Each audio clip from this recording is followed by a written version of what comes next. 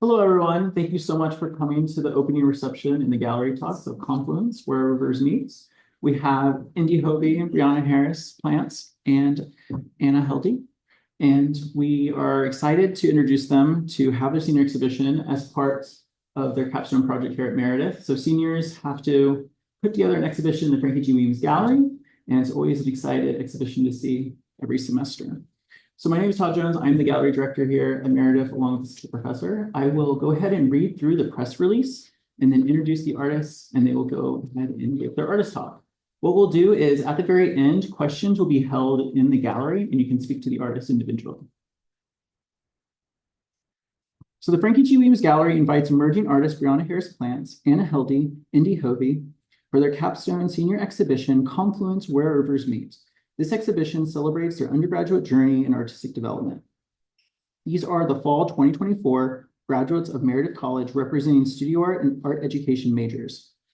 Throughout their time at Meredith, these artists have developed a diverse portfolio of printmaking, painting, drawing, sculpture, and fiber artwork. These graduating seniors prepare and present an exhibition consisting of the work created throughout their studies at Meredith. Confluence, Where Rivers Meet, underscores the connection among these artists while highlighting their unique artistic voices. The title Confluence is a geographic term that refers to the point where two or more bodies of water join to form a single channel. Through their unique perspectives, the artists invite viewers to reflect on how we are all interconnected, how much like the rivers that converge in a shared landscape. Now to begin the artist talks, we have Breonna Harris-Plants.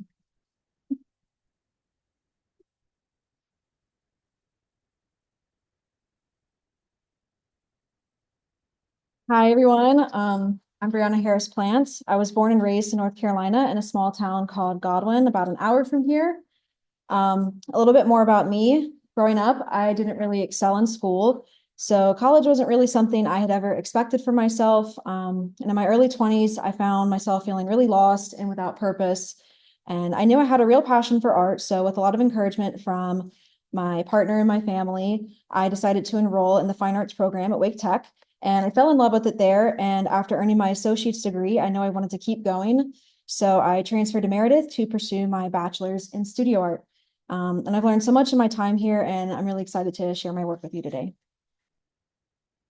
So moving on to some themes of my work, relationships, generational trauma, identity, geographic forms, feminism and experience of women, and monochromatic color as well.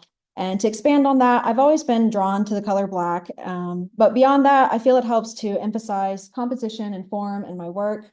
And without the influence of color, viewers can really engage with the underlying conceptual elements with a fresh perspective. And plus, working in Black and white really challenges me to rely more on line, contrast, and shape to communicate my ideas. So getting into my art, this is some of my earlier work at Meredith. And at this point, my focus was less on narrative and more about strengthening and developing my foundational skills. As I look back on this work, I can see how it marks the beginning of my artistic development. And basically the same for this work as well. It comes from the same period where I was experimenting and refining my technique, focusing on building my technical skills and exploring different approaches in my artwork. And this work marks the point where I really started to find my footing and voice as an artist. I'd taken a printmaking class at Wake Tech and discovered how much I enjoyed the technical aspects, working with tools, presses, and various techniques. So when I transferred to Meredith and saw there was a printmaking 2 class, I knew I had to take it. Renunciation was inspired by some personal events at the time, and it reflects my desire to let go of things that no longer serve me in a positive way, both in my life and in my art. And for some context on the process, this is a print from a carving on a wooden panel, and it was the largest one I'd ever done. It's literally more than like half my height. And so that was another really exciting challenge. That brings us to In Flight. I mentioned earlier that my work often explores the experience of women and trauma, and this piece continues that thread. This work's very personal. My grandmother spent much of her adult life in a violent and abusive relationship. She loved birds, and they're a symbol that I've always really associated with her. So In Flight represents her quiet dignity and bravery when she fled the abuse and fought for her happiness. And for context, this is a mesotent, which is a printmaking process where you use a jagged toothed tool to create a lot of texture on a metal plate. And the textured areas hold the ink while the smoother areas created with like a burnishing tool remain lighter. It's a really lengthy and kind of complicated process, but I felt it was the perfect medium to connect me to the narrative and to truly sit with my emotions as I worked. My next piece, Valleys, marks a visual shift in my work where I started using a lot more geographic forms, but it still captures the same kind of emotional core of my previous work. And regarding the shift to geography, my dad is retired special forces, and growing up, I was always surrounded by maps and navigation tools and equipment of his. So over time, I began to develop this idea of using forms from topographic maps to abstractly translate emotions and narratives. I became really interested in how geographical locations shape families and their bonds. So all of my family's from the Appalachian Mountains of Virginia, so I started using these sort of mountainous forms to represent different members of my family and their kind of complex and isolated relationships with one another. And to create this print, I hand cut various materials like sandpaper, bubble wrap, fabric, all different kinds of paper, and glued them down with a really thick matte medium to hold everything in place. And then you ink that surface and print it.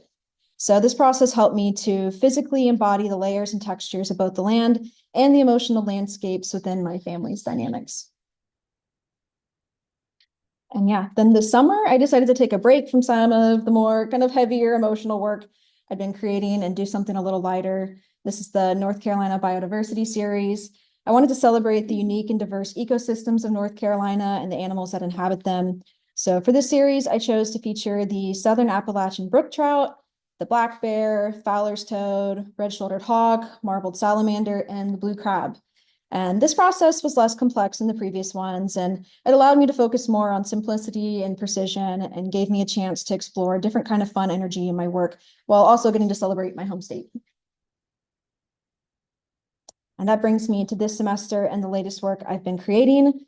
I picked up where I left off with Valleys and decided to do an independent study in printmaking so I could really dive back into kind of topographic maps and work that I felt a little bit more deeper connection to. And so at the start of the semester, I actually met with a geography professor here at Meredith who answered any question I had about topography, and he let me have full access to their labs and look at all of the amazing maps that they have in their collection.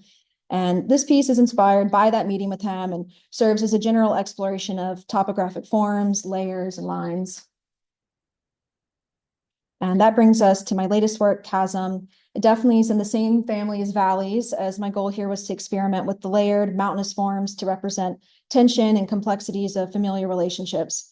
And moving forward, I plan to continue exploring these same themes in visual language, digging deeper into both the emotional and physical landscapes that shape our experiences. And thank you guys so much for coming out in this rough weather and for supporting me and my peers.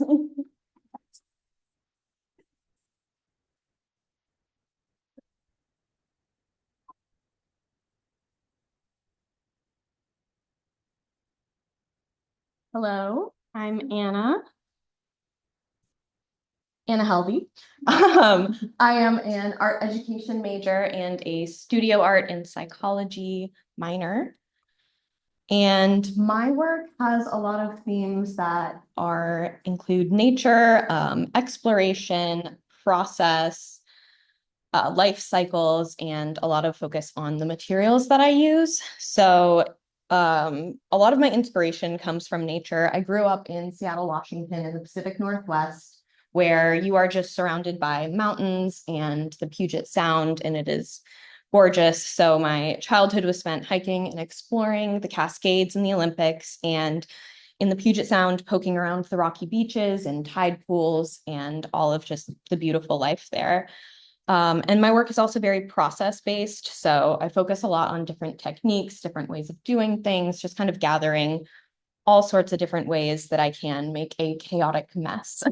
And then materials are a really big part of my work. How I source them and the materials that I use have a really big impact on the work that I make. I largely use recycled, secondhand, and found objects. And that kind of leads into like bigger themes of life cycles of me taking these secondhand materials and giving them a new life, thinking about their old life that they had before. And then largely I practice natural dyeing, which is not color fast most of the time, which then also makes my work have sort of a life of its own that is uncontrollable, and it'll shift and change as it wants to.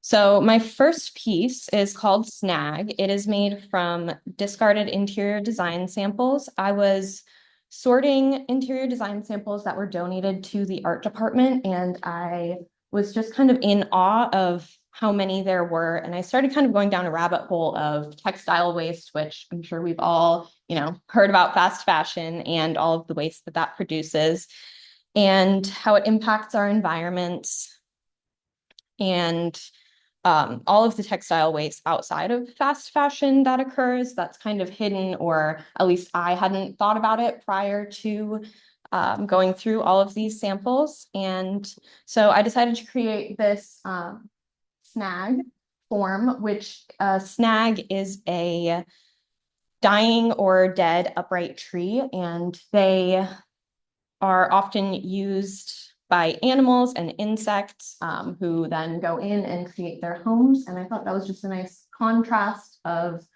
this like dead object that then is giving life to new creatures. Here are some process shots, or I mean detail shots. Next is Chinchitera. I have a couple of prints that I created from Chinchitera. So I was super, super fortunate to be able to study abroad. And while in my study abroad, I did a solo trip where I went and I backpacked the 5 cities of Chinchitera. So I took the 5 trails and hiked to each city. And while I was hiking, I became kind of like in love with these century plants, and they were blooming all over. And when I went and did a deeper dive with some help from my brother, who's a horticulturist, I learned that they only bloom once in their lifetime, and they can live up to like 50, 60 years. And once they bloom, they die.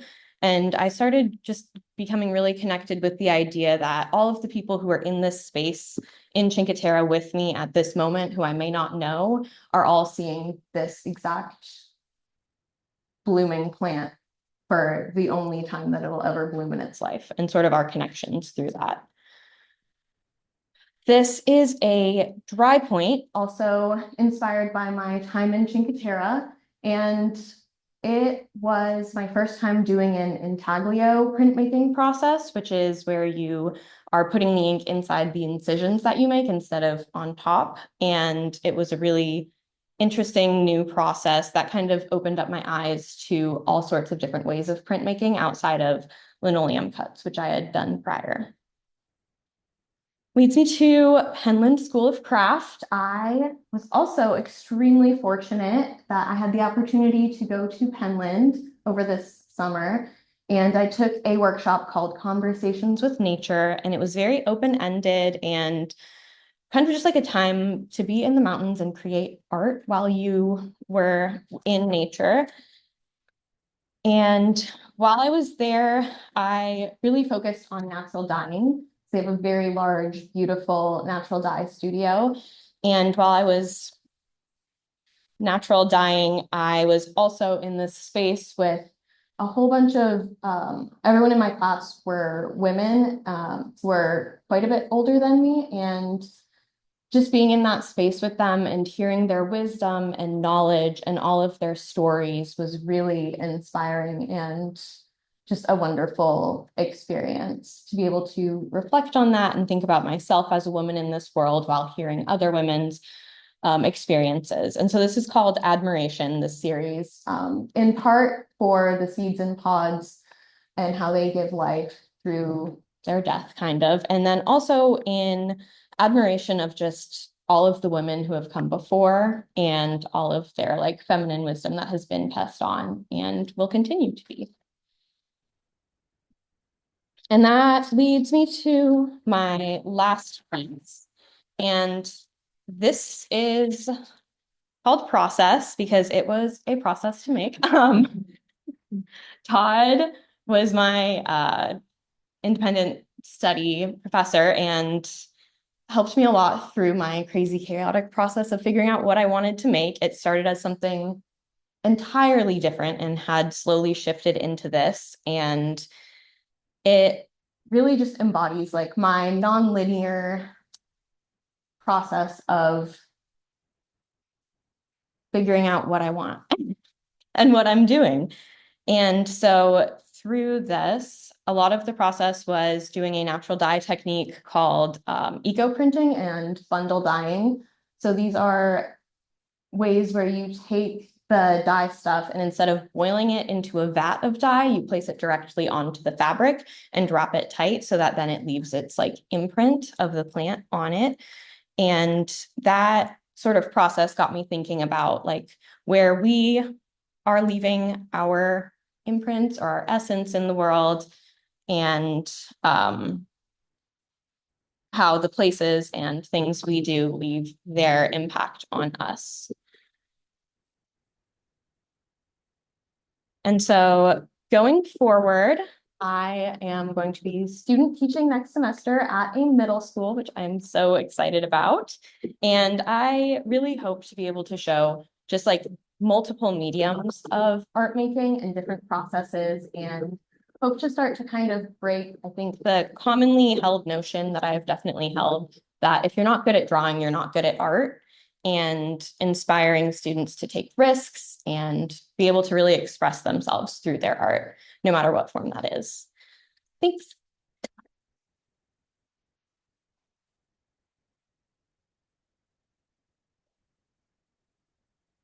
And next we have Indy Hoeve.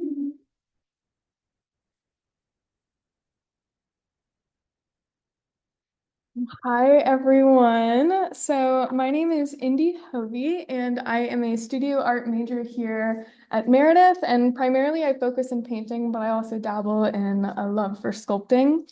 A lot of my work deals with this idea of collective individualism. This was a theme that I developed or was inspired by my time here at Meredith and the Meredith community itself. So studying among women and from women, we all have our own individual takes on the experiences that we share collectively. So the feminine experience and our individual experiences within that.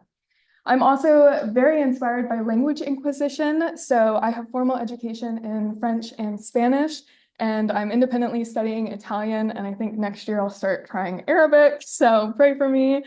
And that goes into my interest in communication theory. So before I came to Meredith, I was at Wake Tech, where I took an interpersonal communications class. And there we studied Jouard's theory, who was a communication theorist from 1969. He talks about self-disclosure. Self-disclosure he describes as only beneficial when it's being reciprocated, and it actually increases liking amongst people within the exchange. So a lot of my work talks about universal topics of friendship, childhood, travels, emotions, etc., and to take that first form or that first step of self-disclosure. So up first, we'll talk about my Icelandic series. I was fortunate enough to travel to Iceland in March of 2024. I think traveling has long since been a source of information or inspiration for artists, and seeing new things never fails to inspire, or seeing new things never fails to inspire us to create new things. And Iceland was very inspirational and very impactful for the work that I do. So how I remember Iceland is based off of that idea of collective individualism, marking a way that we can see the exact same thing, but we're all going to remember it differently. So on the left, there is Seljalandsfoss, which is a very famous waterfall in Iceland. It's the one that you can walk behind if you're familiar with it. And on the right is this mountain that I just fell in love with. I saw it out of one of the tour vans. And I've painted this mountain multiple times. I think it's the only thing I've ever painted more than once. And every time I just find new things that I fall in love with. So this, when I think of my trip to Iceland, this is exactly what I think of. And next we have bulbous rock. This is inspired by the forces of nature that are at play on Iceland and the island of Iceland. The landscapes really speak for themselves once you start to have a little bit of an understanding about the forces of nature that are at play here. So volcanoes and glaciers, fire and ice. This mountain or this hill mound is off to the side of another waterfall where it's clearly made by thousands of years of volcanic explosions that create these really bulbous rocks, and this volcanic ash or this volcanic moss that grows on top of it changes color. So it'll completely die off and be brown. At the time when I was there, it was yellow, and then in the summer, it gets to this very luscious, very vibrant green. The next one is the south coast of Iceland. This is from a very famous spot in Iceland called Reynsafari. It's the black sand beach with the massive basalt structures they're like 90-degree rocks that grow naturally. And typically when you go or when you see pictures of this area, it's people climbing on top of these rocks and taking their photo ops, which I definitely did plenty of. But this is a different perspective on a very famous area of the world. And that leads me to my 7 Wonders series. So before the series, I was primarily a landscape painter. I had never really explored with figurative stuff at all, and I had never done a self-portrait in my life. The 7 Wonders of the world are slightly understood, yet remain somewhat of a mystery. We have theories about how the Great Pyramids of Giza formed, but when you see it with your own eyes, you're just stuck in a state of wonderment. So they remain 7 wonders for a reason. And so as I was reflecting on my time here at Meredith, I have a common feeling, or I think a universal feeling, that when we try to examine our lifetime as a whole, we've lived so many lives and we feel like we have no idea who we were 5 years ago. We have no idea who we were maybe even a year ago. But we were those people. We were with those people for every second of every day. And so the only way that I could go or try to describe the feeling of seeing the pyramids of Giza was to that feeling of trying to analyze your lifeline as a whole. So I identified 7 influential moments in my life. Probably the most influential moment in my life was the moment my father passed away. I was 6 years old, and it was very sudden and very tragic. And it forever marked me as a person who needs a coping mechanism. And this was when I found art, and it just never really went away from there. So waving is an ode to that process. Waving is both a salute and a farewell. And when I think about my early childhood, I recall saying goodbye and also welcoming new things throughout that entire course. The blue period was definitely my rebellious period. I think everyone goes through a phase where they learn everything that they don't want to be. And this was that time, but it was still very influential. Art became a major part of my life during this time, and I integrated it into my personality. And so I'm very thankful for her, but this is First Kiss. This is an ode to how important the beach was for me. Growing up, I spent every summer, every winter at the beach, and I actually did have my first kiss on this beach, but I was also kissed by multiple things like tons of jellyfish, a little bit too much sun, and surfboard leashes very often. Build Me Up Buttercup was an ode to my study abroad experience. I was very fortunate enough to be abroad with Anna. And before I left, I had one goal, and that was to listen to Build Me Up Buttercup. And so on my independent travel trip to a tiny hilltop medieval town called Pienza, we were walking home from dinner very late at night, and there was a completely empty square. And we decided to play some music and dance, and I felt like this was the perfect moment to fulfill that goal that I had before leaving. I feel the same about painting as I do about traveling, so it probably seems like I hate both of them from this photo, but I don't. It's an innate craving that I have to create and to travel and to learn.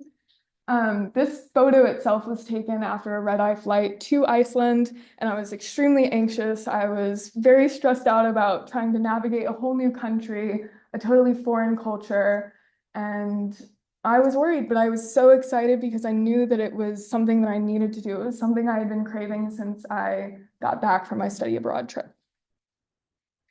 And that brings me to today. So this is Warped Waterfall. This I took this reference photo at the very beginning of this semester, and it was coming at a time that I was reflecting about my time here at Meredith and how thankful I am for Meredith itself. I definitely came in as a painter and I'm definitely leaving as a painter, but I also have so much new knowledge of all of these different processes, and weaving is incredible. I don't think I would have ever done it beforehand. Stone carving was something I also got to explore during my time here. And so this is just an ode to being very thankful for this. And so thank you guys. I'm so happy to be able to conclude our time here with you at this expo.